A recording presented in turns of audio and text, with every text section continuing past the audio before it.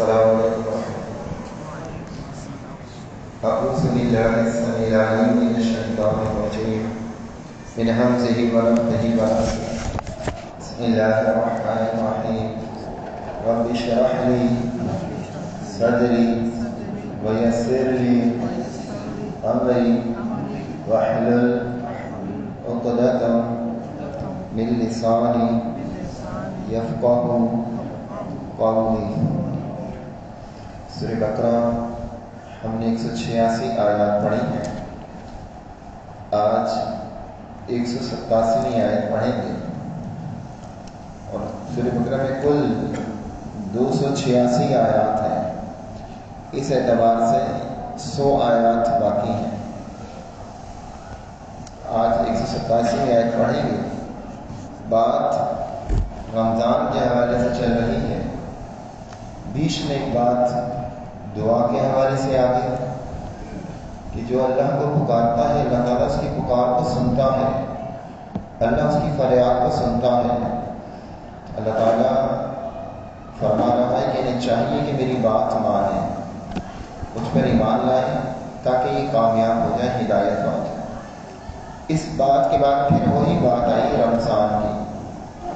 رمضان کے روزے فرض ہیں، کچھ باتیں بتلا دی گئیں کہ مریض اور مسافر بعد میں گنتی پوری کر لے۔ جب کوئی حکم آتا ہے تو اس حکم کے ساتھ بہت ساری چیزیں سوالات کی صورت میں ابھرتی ہیں کہ اس کو کیسے کریں گے، اس کو اس طرح سے کریں گے، یہ معاملہ کیسے ہوگا، مطلب روزے کتنے رکھنے ہیں، کس طرح سے رکھنے ہیں، پھر روزے کے اندر دیگر امور جو ہیں وہ کس طرح سے انجام دیں گے۔ وہ ساری باتیں انشاءاللہ اس آیت میں ہیں۔ اس ایک آیت میں بہت سارے مسائل ہیں، اس کو توجہ کے ساتھ اگر ہم سمجھ لیں گے تو رمضان کے بہت سارے مسائل وہ انشاءاللہ حل ہو جائیں گے۔ فرمایا احل لکم، حلال کر دیا گیا ہے، لکم تمہارے لیے، لیلۃ الصیام، روزے کی رات کو، صیام الرفث، صحبت کرنا، الی نسائکم، اپنی عورتوں کے ساتھ۔ روزہ رکھ کر ازواجی تعلقات قائم کرنا یہ ممنوع تھا۔ اب صحابہ کے ذہنوں میں یہ سوال تھا کہ کیا رمضان کی راتوں میں بھی منع ہے؟ کیا رمضان کی راتوں میں بھی کوئی ایسا تعلق قائم نہیں کرنا؟ اللہ تعالیٰ نے اس کی اجازت دی۔ پہلے مسلمانوں کا روزہ بھی یہی تھا کہ جب وہ رات کو سو جاتے تو ان کا روزہ شروع ہو جاتا۔ اب اگر سونے کے بعد ان کی آنکھ کھلتی، نیند سے بیدار ہوتے تو وہ روزہ ہی ہوتا تھا، یعنی جب تک وہ سوتے نہ تھے عشاء کے بعد وہ کھا پی سکتے تھے۔ پھر اللہ تعالیٰ نے اس میں رخصت دی، ہمارے لیے سحری کو جائز قرار دیا۔ سحری کا کھانا ہمارے لیے نہ صرف جائز قرار دیا بلکہ باعث برکت قرار دیا، برکت والا کھانا قرار دیا۔ اسی طرح رمضان کی راتوں میں اللہ تعالیٰ نے یہ اجازت دی کہ ازواجی تعلقات قائم کیے جا سکتے ہیں۔ فرمایا ہن لباس لکم، وہ لباس ہے تمہارے لیے، وانتم لباس لہن، اور تم لباس ہو ان کے لیے۔ اللہ تعالیٰ نے شوہر کو بیوی کا اور بیوی کو شوہر کا لباس قرار دیا۔ قرآن مجید کے یہ الفاظ اتنے بہترین ہیں اگر انسان ان کو سمجھ سکے۔ اللہ تعالیٰ نے فرمایا کہ شوہر بیوی کا لباس ہے، ہن لباس لکم وانتم لباس لہن، وہ تمہارا لباس، تم ان کا لباس۔ اس ایک جملے میں کئی باتیں ثابت ہوتی ہیں۔ سب سے پہلا مسئلہ، لباس جسم کے ساتھ رہتا ہے، لباس جسم سے جدا نہیں رہتا، تو شوہر اور بیوی کو ساتھ رہنا چاہیے۔ یہ جو ہوتا ہے نا 2-3 سال بعد شوہر بیوی کے پاس آتا ہے اور کمائی کے لیے بھی باہر رہتا ہے، دیگر معاملات کے لیے بھی باہر رہتا ہے، شرعاً یہ درست نہیں ہے۔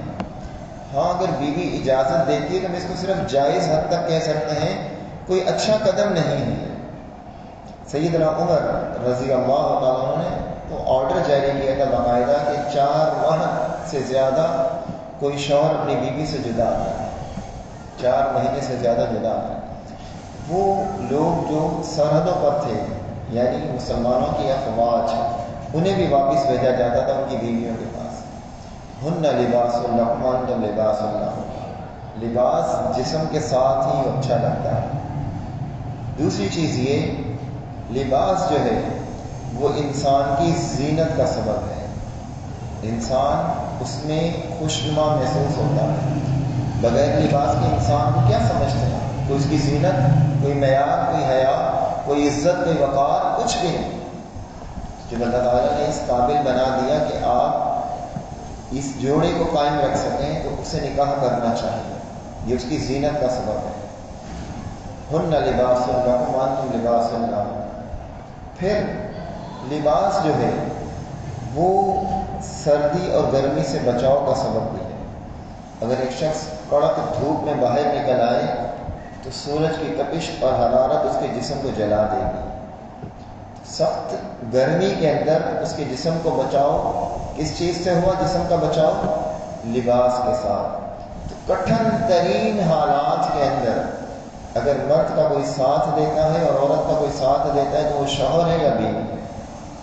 یہ سب سے بہترین رفاقت ہوتی ہے. ہن لباس لکم وانتم لباس لہن. سخت سردی کے اندر بھی آپ بچاؤ کے لیے لباس لیتے ہیں. وہ جیکٹ ہو، ٹوپی ہو، مفلر ہو، رومال ہو، اپنے آپ کو ڈھکتے ہیں لباس کے ساتھ. مطلب گرمی اور سردی یہ لباس آپ کو بچاؤ کا کام دیتا ہے. حالات اچھے ہوں یا کٹھن ہوں یہ جوڑا ایسا ہے کہ ایک دوسرے کا لباس ہے. پھر اگر ہمارے جسم میں کوئی عیب ہے، کوئی نقص ہے، کوئی زخم ہے، کوئی دانہ ہے، کوئی اور جسم کے اندر عیب ہے، ہم لباس پہن لیتے ہیں وہ عیب چھپ جاتا ہے. کوئی برس کا نشان ہے کسی کے جسم پر، لباس اس نشان کو چھپا لیتا ہے، ظاہر نہیں کرتا. تو مرد اور عورت ایک دوسرے کا لباس ہے، ایک دوسرے کے عیوب ظاہر نہیں کرتے. لباس عیبوں کو ظاہر نہیں کرتا، بلکہ آپ اگر کوئی چیز آپ کے پاؤں پہ لگی ہو یا کچھ ہو تو آپ کپڑے یا رومال یا کپڑا ڈھکتے ہیں کسی کو نظر نہ آ جائے. تو لباس عیب چھپانے کا کام نہیں کرتا. جملہ تو ایک ہی ہے، ہن لباس لکم وانتم لباس لہن. لیکن اس گہرائی میں چلے جائیں کہ ہم دونوں ایک دوسرے کا لباس ہیں، مرد عورت کا، عورت مرد کا. تو جب ہم ایک دوسرے کو لباس سمجھیں گے تو بتائیں گھر کا ماحول کیسا ہو؟ ہر شخص یہ چاہتا ہے کہ مجھے میرا حق ملے، میں دوسروں کو نہ دوں. بگاڑ تبھی پیدا ہوتا ہے. ہن لباس لکم وانتم لباس لہن. صرف اس ایک جملے پر بھی پوری کلاس ہو سکتی ہے، لیکن چونکہ وقت کی قلت ہوگی میں آگے ساتھ ساتھ چلنا ہے. علم اللہ انکم کنتم تختانون انفسکم. اللہ نے جان لیا کہ بے شک تم کنتم تھے تختانون خیانت کرتے انفسکم اپنے نفسوں کی.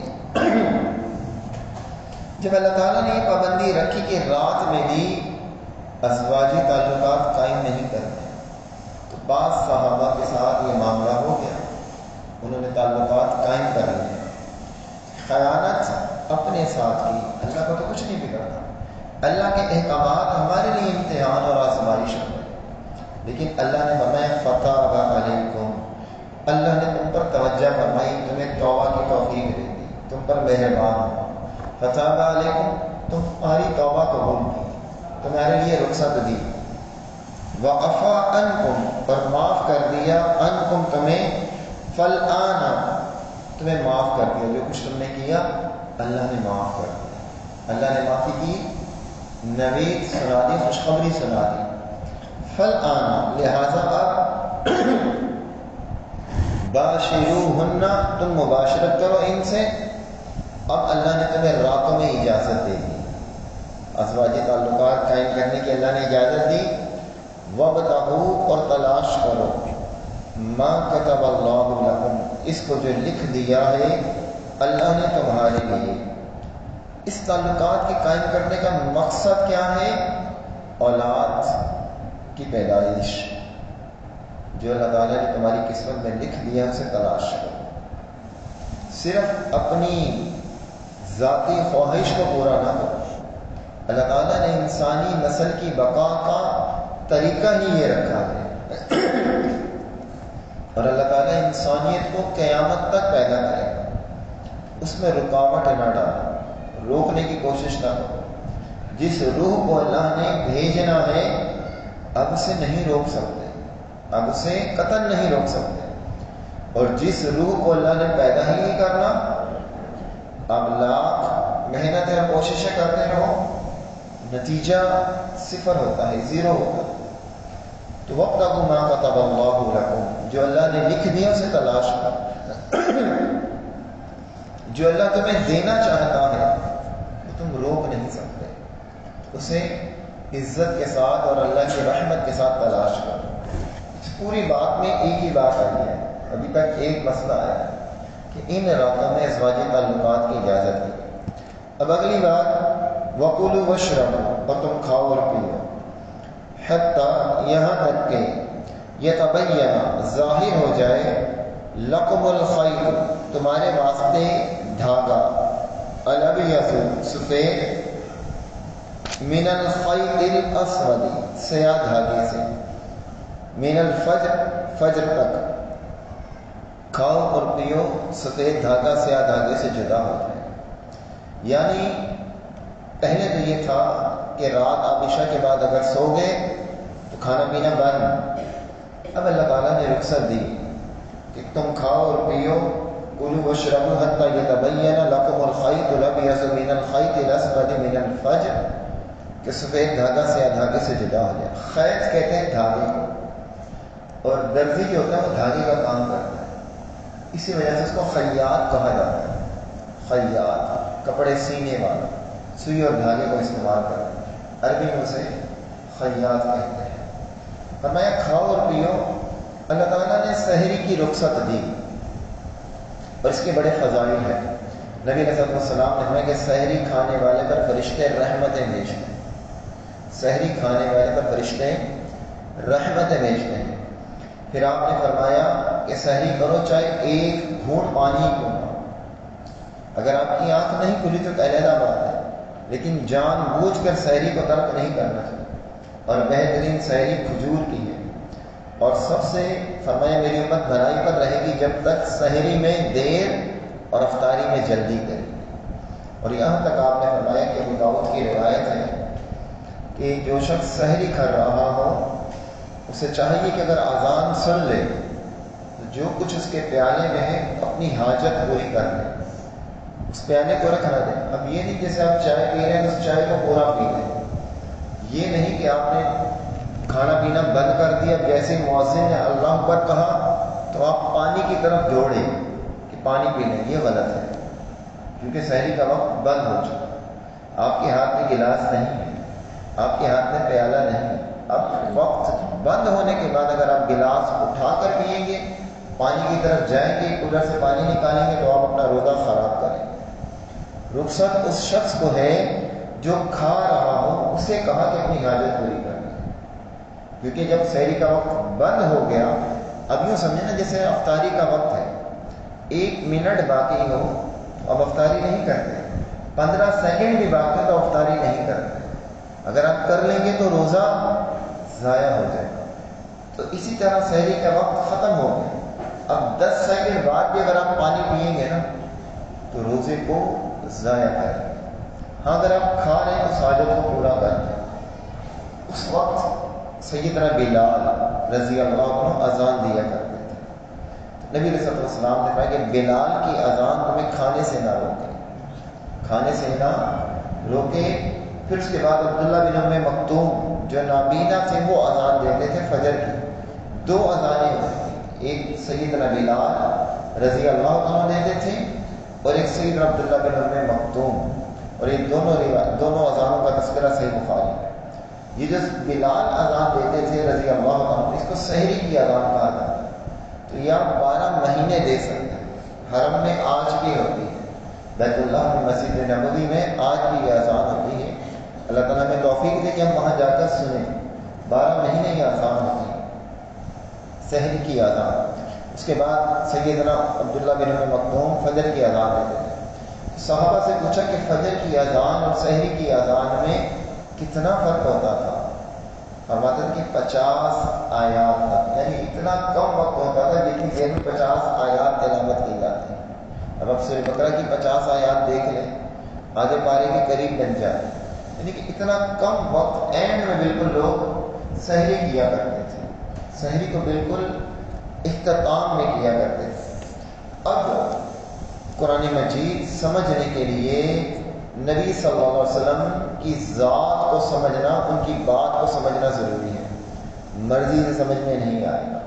میں اور آپ ہم کیا ہیں، جب یہ آیت نازل ہوئی تو عدی بن حاتم، جامع ترمذی کی روایت ہے، حاتم تائی کے بیٹے، قرآن کے الفاظ یہ کہ کھاؤ پیو، سفید دھاگا سیاہ دھاگے سے جدا نہ ہو۔ انہوں نے 2 دھاگے لیے، ایک کالا تھا اور ایک سفید، اور تکیے کے نیچے رکھ دیے۔ اب اس دور میں لائٹیں تو تھی نہیں، موبائل بھی نہیں تھا، ٹارچ بھی نہیں تھی۔ اب اٹھ سے بار بار جس ٹائم فجر کی اذان ہوتی ہے، اگر آپ دیکھیں گے تو اندھیرا ہی ہوگا، روشنی تو ہوتی نہیں ہے۔ اب وہ تکیے کے نیچے سے دھاگے نکال کر بار بار دیکھتے، وہ سمجھ ہی نہیں آتی کالا کون سا سفید کون سا، پتہ ہی نہیں چلے گا، اندھیرا تھا۔ صبح نبی صلی اللہ علیہ وسلم کے پاس آیا اور کہا کہ رات بھر میں نے دھاگوں کو چیک کیا، میں نے تکیے کے نیچے دھاگے رکھے اور دیکھتا رہا، پتہ ہی نہیں چلا سفید دھاگا کون سا کالا کون سا۔ اللہ کا فرما رہا ہے کھاؤ پیو، سفید دھاگا سیاہ دھاگے سے جدا نہ ہو۔ نبی صلی اللہ علیہ وسلم نے کہا کہ تیرا تکیہ بہت بڑا تھا، تیرا تکیہ بہت بڑا تھا۔ مراد یہ دھاگے نہیں ہیں، ڈوریاں نہیں ہیں، مراد آسمان کے کنارے ہیں، آسمان کے کنارے ہیں۔ کبھی جہاز میں سفر کرنے کا اتفاق ہوتا ہے، آپ دیکھیں جب یہ صبح کا ٹائم ہوتا ہے، یہاں اندھیرا ہوگا اور یہاں ایک باریک سی لائن روشنی کی نظر آتی ہے، جو صبح صادق کا وقت ہے، صبح سحری کا وقت جو ہم کہتے ہیں۔ آج کل مثلاً 5:55 پر اگر مثال کے طور پر فجر کی اذان ہوتی ہے تو اس وقت صادق کا وقت ہے۔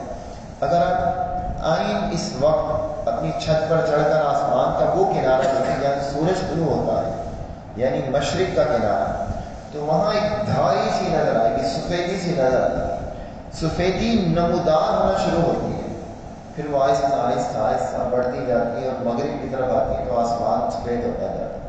جب آپ فجر کی نماز پڑھ کے فارغ ہوتے ہیں تو کچھ روشنی ہو جاتی، سورج نہیں نکلا ہوتا، وہ کنارہ جب نظر آتا ہے نا، سفید کنارہ نظر آنا شروع ہوتا ہے، اسے سفید دھاری کہا ہے کہ کالی دھاری سے سفید دھاری سے جدا ہو جائے۔ بالکل اندھیرے کے اندر وہ جو باریک سی لائن آسمان کے کنارے پہ نظر آتی ہے وہ سفید دھاری ہے، اور باقی پورا آسمان یہ کالی دھاری ہے۔ تو کالی دھاری سفید دھاری سے جدا ہو جائے، یہ ہے اس سے مراد آسمان کے کنارے تھے، دھاگے نہیں تھے۔ اب ایک شخص اگر حدیث نہ لے اس آیت پر کیسے عمل کرے؟ کہاں سے وہ سفید دھاگے اور سیاہ دھاگے کو چیک کرتا رہے؟ ہو ہی نہیں سکتا، پاسبل ہی۔ تو وہ عربی دان تھے، عربی جانتے تھے، عربی میں مہارت رکھتے تھے، لیکن قرآن سمجھنے کے لیے نبی صلی اللہ علیہ وسلم کی ذات کی ضرورت تھی، آپ کی بات کی ضرورت تھی۔ ثم اتم الصیام الی اللیل، پھر تم پورا کرو روزے کو رات تک، سفید دھاگا سیاہ دھاگے سے جدا ہو جائے، اور من الخیط الاسود من الفجر، فجر تک، یعنی یہ ہے فجر کا وقت ہے سر۔ اب یہ فجر کا وقت ہے، فجر سے آپ کا روزہ شروع ہو رہا ہے، فجر صبح کو کہتے ہیں، صبح سے آپ کا روزہ شروع ہو رہا ہے۔ پھر ثم اتم الصیام الی اللیل، پھر پورا کرو تم روزے کو رات تک، فجر میں روزہ رکھو اور پورا کب کرنا ہے؟ الی اللیل، رات تک کرنا ہے۔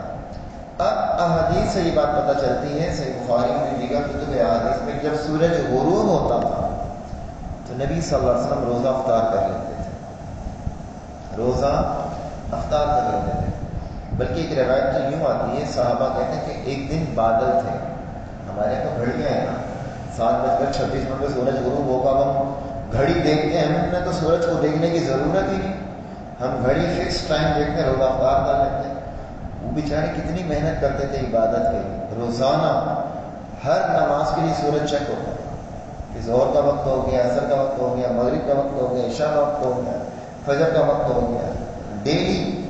بڑی محنت کا کام ہے، کہنا آسان ہے، محنت والا کام۔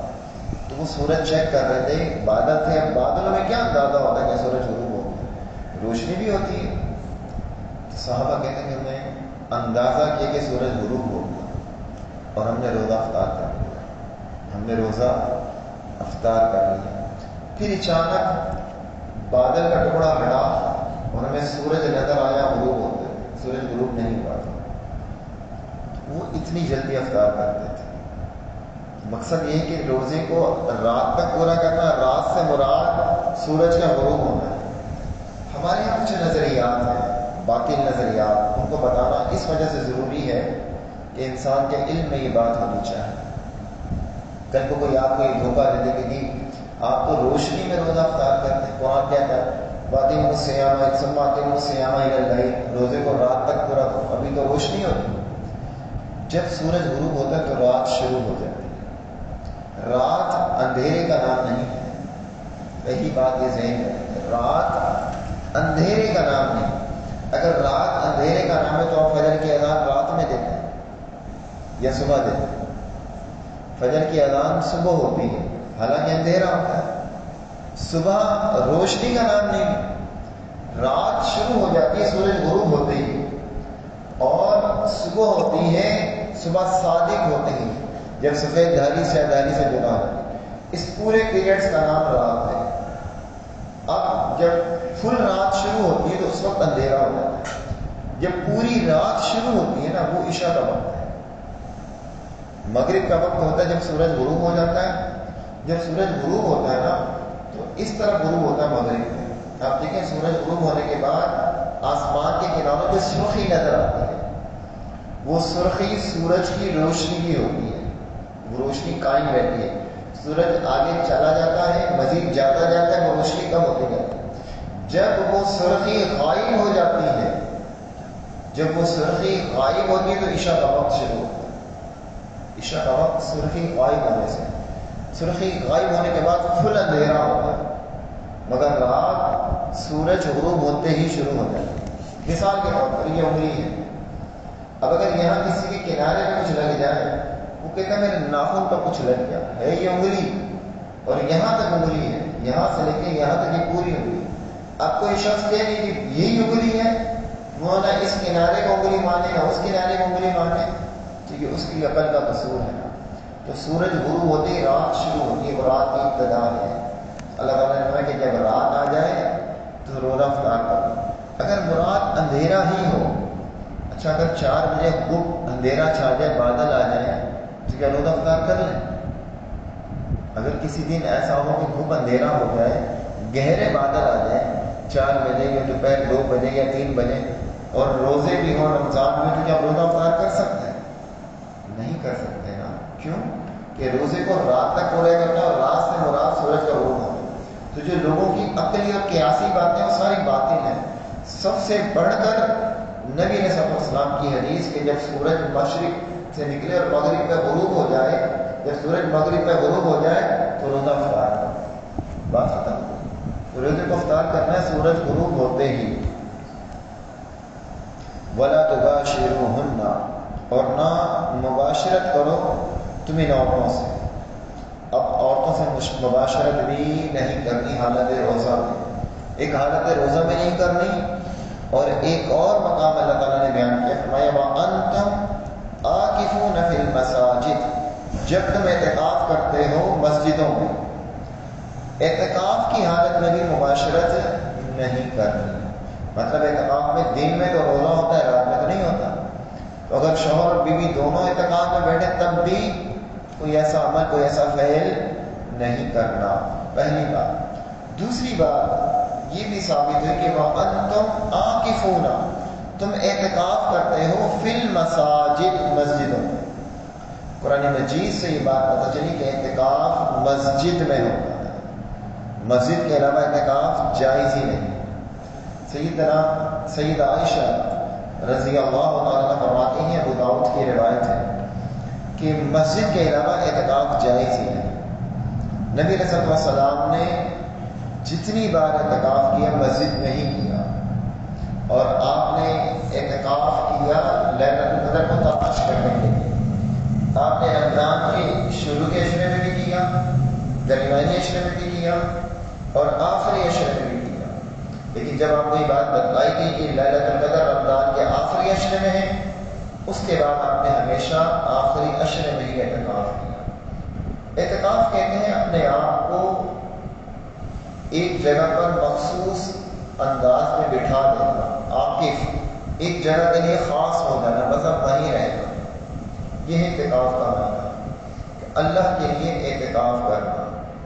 اور اس میں بہت ساری روایتیں آتی ہیں، کچھ ضعیف ہیں، کچھ حسن درجے کی، کہ جو شخص اعتکاف کرتا ہے 2 حج اور 2 عمروں کا ثواب ملتا ہے. یہ روایت ضعیف ہے، یہ روایت صحیح ہے. ایک روایت آتی ہے کہ جو شخص اعتکاف کرتا ہے اللہ تعالیٰ اس کے اور جہنم کے درمیان 3 خندقیں کھود دیتا ہے، اور ہر خندق کا فاصلہ مشرق اور مغرب کے درمیان ہے. نبی علیہ الصلوۃ والسلام اعتکاف کیا کرتے تھے. آپ کی بیویاں بھی اعتکاف کیا کرتی تھیں. آپ کی وفات کے بعد آپ کی بیویاں بھی اعتکاف کیا کرتی تھیں.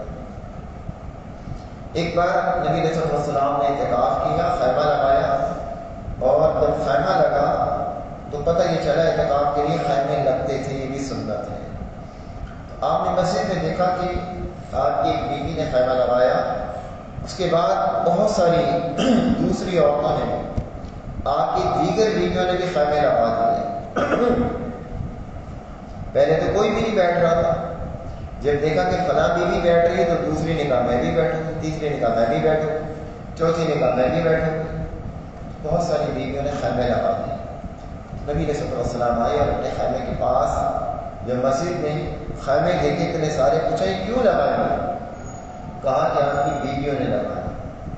نبی علیہ الصلوۃ والسلام نے فرمایا کہ یہ ضد کی وجہ سے لگائیں، یہ سارے اکھاڑ دو، یہ سارے اکھاڑ دو، یہ ضد کی وجہ سے لگائیں.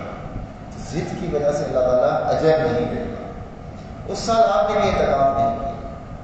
پھر اگلے سال آپ نے 20 ذی کا اعتکاف کیا تھا. اعتکاف فرض نہیں ہے، اعتکاف فرضی عبادت نہیں ہے، نفلی عبادت ہے. اعتکاف اگر کیا جائے، اللہ توفیق دے، اس اعتکاف کو پکنک کی طرح نہ سمجھیں. اللہ کے لیے اپنے آپ کو خاص کر لیا جائے، اسی جگہ پر عبادت کی جائے، نوافل پڑھے جائیں، تلاوت کیے جائیں، بس فرض نماز کے لیے آگے باہر کریں، باقی عبادت وہیں کریں. عبادت کے لیے زیادہ سے زیادہ وقت عبادت میں گزاریں. ہاں کوئی ملنے آ سکتا ہے. نبی صلی اللہ علیہ وسلم کی بیوی صفیہ ملنے آئی تھی اور پھر آپ انہیں چھوڑنے بھی گئے تھے، لیکن بلا ضرورت مسجد سے باہر نہیں جانا چاہیے. ضرورت کیا تھی اس وقت؟ کھانا پینا یا قضائے حاجت. آج یہ دونوں چیزیں آپ کو مسجد میں مل جاتی ہیں. بلا ضرورت مسجد سے باہر نہیں جانا چاہیے. اگر کوئی بیمار ہو جائے تو اس کی تیمارداری میں بھی نہیں جا سکتے، کسی کا انتقال ہو جائے تو اس کے جنازے میں بھی نہیں جا سکتے. اگر آپ جائیں گے تو آپ کا اعتکاف ختم ہو جائے گا. پھر ضروری نہیں کہ آپ اعتکاف کریں. کچھ لوگ یہ کہتے ہیں کہ یہ ختم ہو گیا اب ضروری، پھر ضروری نہیں ہے. آپ کا دل چاہتا ہے آپ اگلے سال کر لیں. ہاں اگر آپ نے کوئی منت یا نظر مانی تھی کہ میرا یہ کام ہو جائے گا تو میں اعتکاف کروں گا، یا میں نے 10 دن کا اعتکاف کرنا ہے، یا میری کوئی نیت یا نظر کی تھی، اب اس پر آپ اعتکاف کر رہے نظر کو پورا کرنے کے لیے، تو وہ پوری کرنی چاہیے. اس کے علاوہ کوئی ایسی بات نہیں. اگر آپ جائیں گے تو اعتکاف ختم ہو جائے. یہ نہیں کہ آپ گئے اور واپس آ گئے، یہ کوئی ایسا سسٹم نہیں ہے. لیکن اعتکاف اس میں نیت خالص ہو. جب نبی علیہ السلام کی بیویوں کے خیمے اکھاڑ دیے گئے، میری اور آپ کی کیا حیثیت ہے؟ اگر نیت میں تھوڑا سا بھی فطور ہے تو بیکار ہے وہ 10 دن کی عبادت. اگر ہم اس میں کہ اس مسجد میں کھانا اچھا ہے یا خیمے اچھے ہیں یا اے سی لگا ہوا ہے، کوئی فائدہ نہیں. اس سے اچھا کہ آپ گھر بیٹھیں. لیکن گھر میں اعتکاف نہیں ہوتا. بعض خواتین گھروں میں اعتکاف کرتی ہیں، انہوں نے ماحول اور سسٹم بنا رکھا ہے، وہ اعتکاف نہیں ہوتا. شریعت میں کوئی ایسی گنجائش قطعاً نہیں. کسی صحیح تو کیا کسی ضعیف روایت میں بھی کوئی ایک واقعہ بھی ایسا نہیں کہ نبی علیہ السلام نے رخصت دی ہو، اجازت دی ہو، یا صحابیات نے گھروں میں اعتکاف کی. کوئی ضعیف روایت. اعتکاف کے لیے ایک ہی چیز ہے کہ وہاں تماکفون فی المساجد، تم مسجدوں میں اعتکاف کرتے ہو. ہاں بعض اہل علم میں تھوڑا اور اختلاف ہے، تھوڑا سا اور اختلاف ہے. وہ بھی بتاتا ہے کیونکہ علم اس کا پتہ ہونا چاہیے. وہ اختلاف کیا ہے؟ وہ کہتے ہیں کہ مسجد نبوی، مسجد حرام اور مسجد اقصی، صرف ان 3 مسجدوں میں اعتکاف ہے، اس کے علاوہ دنیا کی کسی مسجد میں اعتکاف نہیں ہوتا۔ یہ بات اہل علم کا نظریہ ہے، ان کا یہ موقف ہے، وہ سمجھتے ہیں کہ صرف مسجد نبوی میں، مسجد حرام میں اور مسجد اقصی میں، بس ان 3 مسجدوں میں اعتکاف ہوگا۔ اور وہ حدیث ہے نا کہ نبی صلی اللہ علیہ وسلم نے کہا کہ 3 مساجد کے علاوہ ثواب کی نیت سے جانا جائز نہیں ہے، مسجد اقصی، مسجد نبوی اور مسجد الحرام۔ تو وہ اس طرح کے دلائل پر یہ بات کرتے ہیں۔ بہرحال ان کا اجتہادی مسئلہ ہے، ان کی خطا پر بھی اللہ انہیں اجر دے گا انشاءاللہ، لیکن قرآن کا اسلوب اور بیان عام ہے کہ وہاں تم عاکفون فی المساجد، تم مسجدوں میں اعتکاف کرتے ہو۔ مساجد جمع کا صیغہ ہے، اور اس وقت صحابہ عرب میں تھے، فلسطین میں صحابہ نہیں تھے جب یہ آیت نازل ہوئی، بیت المقدس بعد میں فتح ہوا تھا۔ بہرحال یہ تھا ایک اختلافی مسئلہ جو آپ کے علم میں ہونا چاہیے۔ پھر آگے فرمایا تلک حدود اللہ، یہ حدیں ہیں اللہ کی، فلا تقربوها، سو مت قریب جاؤ تم ان حدوں کے قریب نہ جاؤ۔ دیکھیں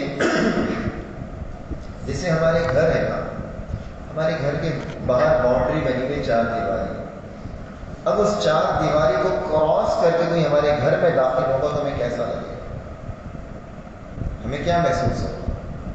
ہم اس کو اچھا سمجھیں گے، برا سمجھیں گے؟ ہم بولیں گے اس نے حد پار کی۔ اللہ کی بھی حدیں ہیں، اللہ کو غصہ آتا ہے جب کوئی اللہ کی حد کو توڑتا ہے۔ صحیح بخاری کی روایت ہے، اللہ کو سب سے زیادہ غصہ اس وقت آتا ہے جب بندہ اللہ کی حد کو توڑتا ہے، اور یہاں جس حد کی طرف اشارہ ہے وہ زناکاری ہے، کہ سب سے زیادہ اللہ کو غصہ اس وقت آتا ہے جب کوئی بندہ یا بندی زنا کا مرتکب ہوتا ہے، اس وقت اللہ کو شدید غصہ آتا ہے۔ اب یہ ساری باتیں جو بتائیں، کیا فرمائیں؟ دل کا حدود اللہ، یہ اللہ کی حدیں ہیں، فلا تقربوها، ان کے قریب نہ جاؤ، ان حدوں کو کراس نہ کرو۔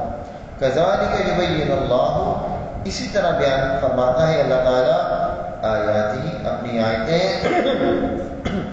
للناس، لوگوں کے لیے، لعلہم یتقون، شاید کہ وہ متقی بن جائیں۔ بات کہاں سے شروع ہوئی تھی؟ رمضان کی۔ یا ایھا الذین آمنوا کتب علیکم الصیام کما کتب علی الذین من قبلکم لعلکم تتقون، شاید کہ یہ متقی بن جائیں۔ جب روزے فرض کیے تب بھی یہ بات کہی کہ شاید یہ متقی بن جائیں۔ جب رمضان کے سارے مسائل بتا دیے، آخر میں پھر کہا کہ لعلہم تتقون، لعلہم تتقون، شاید کہ یہ متقی بن جائیں، ان میں تقویٰ۔ اللہ تعالیٰ ہم سب کو تقویٰ عطا فرمائے، اللہ ہمیں اللہ کی حدوں میں رہنے کی توفیق دے، اللہ تعالیٰ ہم سے راضی ہو جائے، اللہ ہمیں اخلاص سے عمل کی توفیق دے۔ الحمدللہ یہ آیت قلیل تھی، اس وجہ سے یہ وقت لگا، لیکن الحمدللہ بات مکمل ہوئی۔ اللہ ہم سب کو عمل کی توفیق عطا فرمائے۔ کوئی بات یا سوال آپ کے ذہن میں ہو تو آپ پوچھ لیں۔ اجتہادی مسئلے کا معنی ہوتا ہے کوشش کر کر کسی مسئلے کو اخذ کرنا، یعنی جس بارے میں صراحت موجود نہیں ہوتی، واضح طور پر کوئی حدیث یا آیت موجود نہیں ہوتی، اس بارے میں انسان اجتہاد کرتا ہے، کہ اجتہاد کر کر، کوشش کر کر، محنت کر کر کوئی مسئلہ اخذ کرتا ہے۔ مثال کے طور پر نبی علیہ الصلوۃ والسلام نے ایک موقع پر صحابہ سے فرمایا کہ جو شخص اللہ پر اور روز آخرت پر ایمان رکھو وہ عصر کی نماز بنو قریظہ میں جاتا ادا کرے۔ اصل میں آپ نے بنو قریظہ سے ایک معاہدہ کیا تھا دوران جنگ کہ ہم مل کر لڑیں گے، لیکن عین جنگ کی حالت میں بنو قریظہ نے معاہدہ توڑ دیا، مسلمانوں کا ساتھ نہیں دیا۔ مسلمان جب وہ جنگ سے فارغ ہوئے تو نبی علیہ الصلوۃ والسلام اپنے خیمے میں تھے، اپنے ہتھیار اتار رہے تھے۔ جبرائیل علیہ السلام آئے اور کہا کہ اللہ نے حکم دیا ہے کہ بنو قریظہ کی طرف جائیے، انہیں ان کا سبق سکھائیے۔ اب نبی علیہ السلام نے یہ نہیں کہا کہ ابھی تو جنگ سے فارغ ہوئے ہیں، صحابہ بھی بھی جنگ سے فارغ ہوئے، 2-4 دن رکو پھر اگلا مار کا پھر لڑیں، ایسی بات نہیں کی۔ آپ خیمے سے باہر آئے، ایک جملہ کہا کہ جو شخص اللہ پر اور آخرت پر ایمان رکھتا ہے وہ عصر بنو قریظہ میں پڑھے۔ اب صحابہ چل پڑے. صحابہ نے بھی کوئی بات نہیں کی کہ 2-4 دن رکیں, گھر جانے دیں, بھی تو جنگ سے فارغ ہوئے ہیں, بیوی بچوں کے پاس ایک چکر لگائیں پھر چلے جائیں. فرمایا کہ جو اللہ پر اور آخرت پر ایمان رکھتا ہے وہ اثر بنو قریظہ میں پڑے. اب جب صحابہ چل پڑے تو راستے میں اثر کا وقت آ گیا. راستے میں اثر کا وقت آ گیا. اب صحابہ نے اثر کی نماز پڑھ لی, کچھ لوگوں نے نہیں پڑھی. کچھ لوگوں نے کہا کہ رسول اللہ صلی اللہ علیہ وسلم نے فرمایا تھا کہ جو اللہ پر اور آخرت پر ایمان رکھتا ہے وہ اثر بنو قریظہ میں پڑھے. اب ہم اثر بنو قریظہ میں پڑھیں گے. یہ اجتہاد تھا ان صحابہ کا, اس کو کہتے ہیں اجتہاد. حدیث کو سمجھنے میں محنت اور کوشش کرنا. اب صحابہ نے وقت پر نماز پڑھ لی, ان لوگوں نے سمجھا کہ رسول اللہ نے فرمایا کہ اثر بنو قریظہ میں پڑھنا. اب چاہے مغرب کے بعد ہم پہنچے, ہم نے پڑھنی وہیں ہے, کیونکہ رسول اللہ نے فرمایا کہ اثر بنو قریظہ میں پڑھنا. اب صحابہ کا 2 گروہوں میں تقسیم ہو جانا. ایک نماز پڑھ رہا, دوسرا بیٹھا, فرض نماز ہے. دوسرے گروہ نے جا کر اثر بنو قریظہ میں پڑھا. یہ صحیح بخاری کی روایت ہے.